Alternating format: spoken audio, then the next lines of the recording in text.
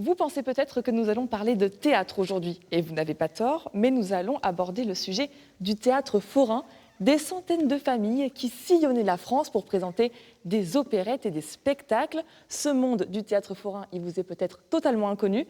On vous invite à le découvrir.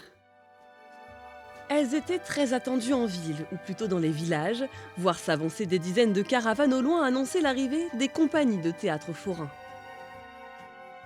C'était des troupes de théâtre itinérantes qui se déplaçaient de village en village avec leurs baraques, donc leur théâtre en bois, leurs baraques démontables, et puis bien sûr tous leurs costumes, leurs décors, leurs accessoires de scène.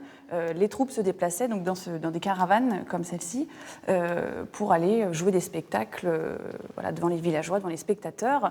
Ils restaient pour des périodes assez longues, de 2-3 mois. Chaque soir, les comédiens jouent un spectacle différent pour faire revenir les villageois.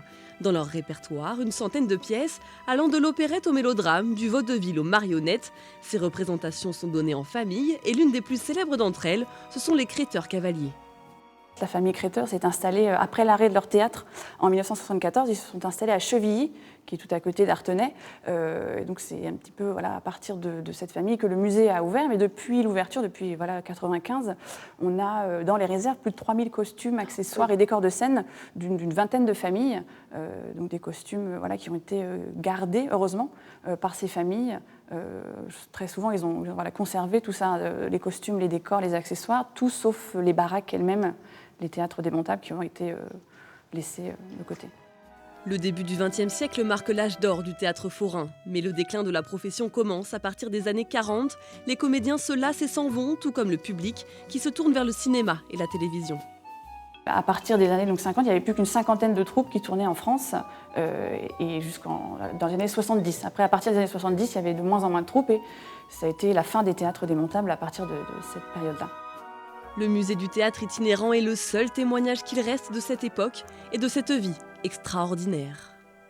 Donc maintenant qu'on a découvert l'univers du théâtre forain, on va parler avec vous, Lydia. Lydia, vous êtes un enfant de ce théâtre. En fait, c'était votre quotidien. Je fais partie de la 4e génération du théâtre Créteurs cavaliers qui a été créé en 1925. Ah oui, donc du coup, une grande famille de personnes qui ont sillonné les routes de France. Voilà, tout à fait.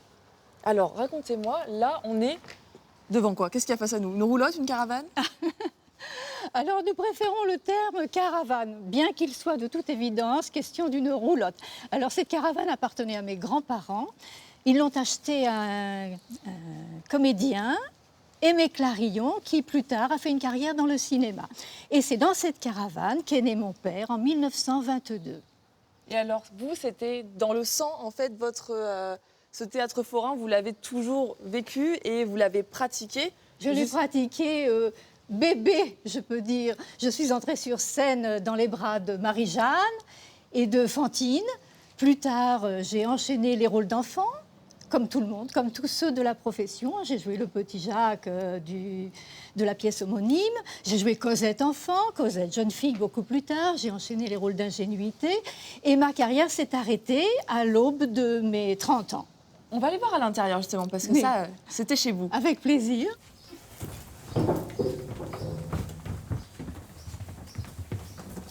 Ça vous rappelle des souvenirs, du coup, d'être dans cette caravane? Oui. Ah oui, c'est assez inexprimable. Il y a l'apport du souvenir, de l'émotion, Oui. Alors faites-nous un petit peu le tour du propriétaire. Donc là, c'était une chambre. La chambre donc de mes grands-parents, leurs meubles respectifs. Chacun le sien. Chacun le sien.